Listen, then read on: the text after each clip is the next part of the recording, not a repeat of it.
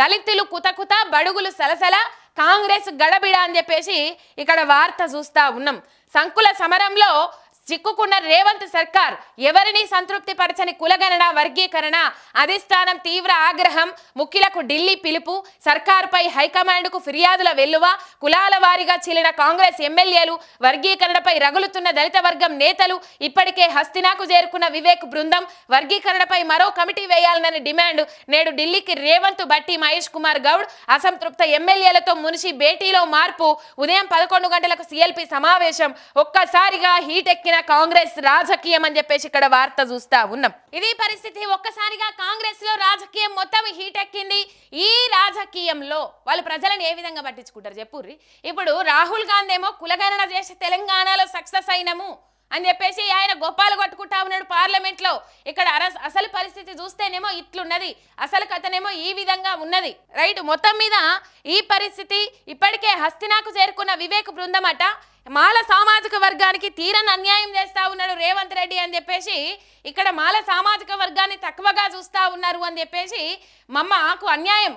అసలు ఇప్పుడు ఎస్సీ వర్గీకరణ అనేది ఆది నుంచి మాల సామాజిక వర్గానికి చెందిన వారికే బెనిఫిట్స్ వాళ్ళకే అందుతున్నాయి. ఇంకా ఏవైతే 56 ఉపకులాలు ఉన్నాయో వాళ్ళు వేటికి నోచుకుంటలేరు, చదువుకు నోచుకుంటలేరు, బళ్ళకు నోచుకుంటలేరు. చదువుకున్న వాళ్ళు కొద్దో గొప్ప మంది కొలువులకు నోచుకుంటలేరు. ఇబ్బందికరమైన పరిస్థితులు ఉన్నాయి. ఈ వర్గం మొత్తం అనగారిన వర్గం లెక్క ఎప్పటికీ మిగిలిపోతానే ఉన్నది అని చెప్పేసి 30 ఏళ్ల నుంచి పోరాటం చేసిండ్రు, ఎన్నో పోరాటాలు చేసిండ్రు. ఆ పోరాటాల్లో భాగంగా ఎస్సీ వర్గీకరణ కోసం పోరాటం చేసిండ్రు మందకృష్ణ మాదిగ. రైట్, మొత్తం మీద ఇది తీరా పెన్ను పేపర్ బెంచ్ మీద కదిలే టైంకి వచ్చే వరకు ఇన్ని క్వశ్చన్ మార్కులు, ఇన్ని ప్రశ్నలు. మా వర్గానికి అన్యాయం చేస్తుంటే మా వర్గానికి అన్యాయం చేస్తుండని, మా వర్గానికి అన్యాయం చేస్తుంటే మా వర్గానికి అన్యాయం చేస్తుండని చెప్పేసి మూకుమ్మడి దాడి లెక్క కనబడతా ఉన్నది ఇది. ఎందుకంటే వాళ్ళకి అన్యాయం జరుగుతూ ఉన్నది. ఇప్పుడు నివేదిక తీయండి. మాల సామాజిక వర్గానికి సంబంధించిన ప్రజలు ఎంతమందికి పథకాలు అందిని, ఎంతమందికి మాదిక సామాజిక వర్గానికి లేకుండా ఎంతమంది మా వాళ్ళకు లబ్ధి జరిగింది అని చెప్పేసి మాల సామాజిక వర్గం ప్రశ్నిస్తూ ఉన్నది. ఎక్కువగా వాళ్ళకే ప్రియారిటీ ఉన్నది, వాళ్ళకే రిజర్వేషన్లు ఉన్నాయి, వాళ్ళకే లెక్కలు ఉన్నాయి అని చెప్పేసి మాదిగ సామాజిక వర్గం ప్రశ్నిస్తూ ఉన్నది. మళ్ళీ ఈ ఎస్సీ వర్గీకరణలో కూడా మళ్ళీ ఆ వర్గానికే ఎక్కువగా ప్రయోజనం చేకూర్చే విధంగా రేవంత్ రెడ్డి నిర్ణయం తీసుకున్నారని మందకృష్ణ మాదిగ ఇటు ఫైర్ అవుతా ఉన్నారు. ఇక కులగణన విషయానికి వస్తే ఒకసారి కులగణన విషయానికి వస్తే మనం చూడొచ్చు 2014లో ఏమైంది, సమగ్ర కుటుంబ సర్వే అని చెప్పేసి కేసీఆర్ ఒక సర్వే చేసిండ్రు. ఆ సర్వేకు సంబంధించిన రిజల్ట్ అంతా బయట పెట్టిండ్రు. అప్పుడే దాదాపు 2014లో చేసిన సమగ్ర కుటుంబ సర్వేలనే 1.8 కోట్ల జనాభా, 84 కోట్ల జనాభా ఉండే బీసీ జనాభా. ఇది బీసీ జనాభా. ఇప్పుడు ఇక్కడ నుంచి 10 ఏళ్ళు దాదాపు 2014 నుంచి అవి 6 దాదాపు 11 సంవత్సరాల నుంచి ఈ జనాభా అనేది పెరగాలి కదా. ఎందుకు బీసీ జనాభాను ఇంక్రీజ్ చేసిండ్రు, దాదాపు 21 లక్షల మందిని మైనస్ చేసిండ్రు. ఎందుకు మైనస్ చేసిండ్రు అనేది ఇది ఇప్పుడు ఎస్సీ వర్గీకరణ గురించి చెప్పుకున్నాం. ఇది బీసీ కులగణనకు సంబంధించి వాళ్ళు గొప్పాలు కొట్టుకుంటా ఉన్నారు, గప్పాలు చెప్పుకుంటా ఉన్నారు. ఈ 21 లక్షల మంది జనాభాను తగ్గించిండ్రు. ఇప్పుడు 1.6 కోట్ల జనాభా లెక్కనే చూపెడతా ఉన్నారు. ఈ మిగతా జనాభా అంతా తగ్గిపోయింది, ఎట్లా తక్కువ చేసిండ్రు అని చెప్పేసి ప్రశ్నిస్తూ ఉన్నారు బీసీ సామాజిక వర్గానికి చెందిన ప్రజలు, బీసీ సంఘాల నాయకులు. ఈ పరిస్థితి చూడొచ్చు మనం. రైట్, ఈ పరిస్థితి మొత్తం మీద మాకు అన్యాయం చేస్తూ ఉన్నారని చెప్పేసి ఒకవైపు ఎస్సీలు, ఒకవైపు బీసీలు, ఒకవైపు తువ్వాలలో ఇటుకబెడ పెట్టి కొట్టినంత పనిచేస్తున్నారు కాంగ్రెస్ సర్కార్ది. మొత్తం మీద బీసీలకు తీవ్రమైన మోసం చేసిండ్రు, తీవ్రమైన అన్యాయం చేసిండ్రు, ఘరానా మోసం. ఇది బీసీల గురించి మనం చదువుకున్నట్లయితే మొత్తం మీద బడుగుల సలసల కాంగ్రెస్ గడబిడ అని చెప్పేసి కాంగ్రెస్లో గడబిడ మొదలైంది. ఒకవైపు ఎమ్మెల్యేల సిచ్చు, ఒకవైపు ఈ సిచ్చు, ఈ లొల్లులు, ఈ కొట్లాటలు. ఇక ఇదంతా కథ చూస్తే పాపము గోసి చదువుకునేంత టైం కూడా ఉంటలేదట రేవంత్ అన్నకు. మొదట్లో అన్నాడు కదా, నేను ఏడున్నది కుర్చీ ఏడున్నది ఏం కథ అని లెంకలాడుకోవడానికి టైం పడుతుంది, అంతకు చదువుకునే లోపట్నే ఇదంతా మొదలు పెడితే ఎట్లా అంటే మరి ఇన్ని రోజులు చదువుకోలేదా సారు అని చెప్పేసి ప్రశ్నిస్తూ ఉన్నది తెలంగాణ సమాజం.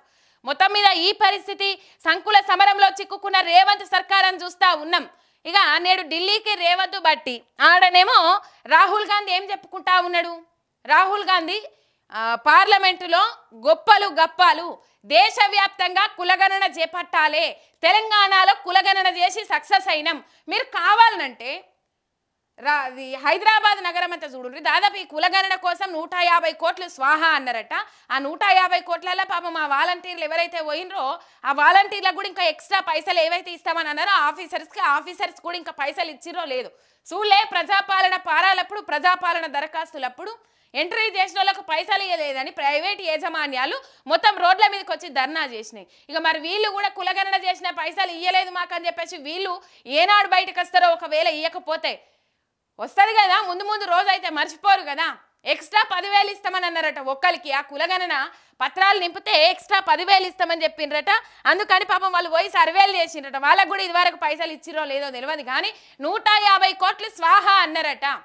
మరి సరే 46% చూపెట్టిండ్రు. 60% ఉన్న బీసీల జనాభాను 60% మీదనే ఉంటుంది బీసీల జనాభా. ఇప్పటికి 2014లోనే అంతుంటే ఇప్పటికి పెరుగుతుంది కదా. 60% మీద ఉన్న బీసీ జనాభాను 46%గానే చూపెట్టిండ్రు. ఈ 46 దాంట్లో మళ్ళా అన్ని విభజన చేసి చూపెట్టాలి. మరి ఎందుకు రెడ్ల జనాభా ఎక్కువగా పెరిగింది? ఓసీ సామాజిక వర్గానికి సంబంధించిన జనాభా 15% ఎట్లా అయింది? వీళ్ళ ఒక్క సామాజిక వర్గానికి చెందిన జనాభానే ఎట్లా పెరిగింది? మిగతా సామాజిక వర్గాలకు చెందిన జనాభా ఎందుకు తగ్గింది అని చెప్పేసి ఇప్పుడు లేవనెత్తిన ప్రశ్న. బీహార్లో 17 ప్రశ్నలు అడిగిండ్రు, ఈడ ఇంకా 76 ప్రశ్నలు అడిగిండ్రు. పెన్సిల్తో అలా టిక్ మార్క్ పెట్టుకునేది ఏమున్నది? దీంట్లో పెన్సిల్తో చేస్తే ఎరైజ్ చేయాలి. ఎరైజ్ చేసేసి మంచిగా ఇట్లా పెన్సిల్తో రాసిన తర్వాత ఇగో ఇట్లా ఎరైజ్ చేస్తే పోతుంది. ఇక్కడ ఓసీ ఉన్న కాడ బీసీ పెట్టుకోవచ్చు, బీసీ ఉన్న కాడ ఓసీ అని రాసుకుంటే అయిపోతుంది. వీళ్ళకి కావాల్సింది బీసీ ఉన్న కాడ బీసీఏ, బీసీడి, బీసీబీ ఉన్న కాడ దీన్ని ఎరైజ్ చేసేసి దానికాడ ఓసీ పెట్టుకుంటే అయిపోతుంది. ఎందుకంటే మా జనాభా కూడా ఎక్కువనే ఉన్నది. ఇప్పుడు ఆల్రెడీ పిడికడంతా ఉన్న జనాభాకు అన్నిగానం రిజర్వేషన్లు ఎందుకు, అన్నిగానం సీట్లు ఎందుకు, అన్నిగానం పదవులు ఎందుకు, ఏలుతా ఉన్నారు వాళ్ళే ఏలుతా ఉన్నారు అని చెప్పేసి బీసీ వాళ్ళు కొట్లాట లేవనెత్తిండ్రు.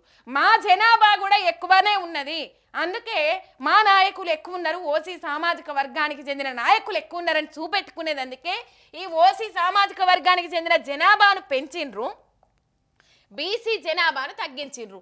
ఓసీలనేమో ఇంక్రీజ్ చేసిండ్రు, బీసీలనేమో డిక్రీజ్ చేసిండ్రు అన్నట్టు తగ్గించిండ్రు. 21 లక్షల జనాభాను తగ్గించిండ్రు బీసీల జనాభాను. ఈ 21 లక్షల జనాభా ఎక్కడ మిస్ అయిందో మీరు సమాధానం చెప్పాలని చెప్పేసి యావత్తు బీసీ సమాజం తిరుగుబాటులు ఎవరెత్తుతా ఉన్నది. ఇది కథ, అసలు కథ. ఇక మన కుండ చికెన్ అంటారు కదా, వెదురు బొంగులనా లేకపోతే కుండ చికెన, అటు ఆలొల్లి ఇటు ఈలొల్లి, ఎస్సీ వర్గీకరణ పంచాది, బీసీ కులగణన పంచాది, ఇటు పోతే పార్టీ ఫిరాయించిన ఎమ్మెల్యేల పరిస్థితి, ఆ 10 మంది ఎమ్మెల్యేలు సీక్రెట్ మీటింగు, ఆ ఖర్గే విలుసుడు, అక్కడికి ఓవుడు. ఇప్పటికే ఢిల్లీ అధిష్టానం దగ్గరికి చేరుకున్నారే ఈ ముచ్చట. ఢిల్లీ అధిష్టానం దగ్గర చేరవేసిండ్రు, చివాట్లు పెడతా ఉన్నారు.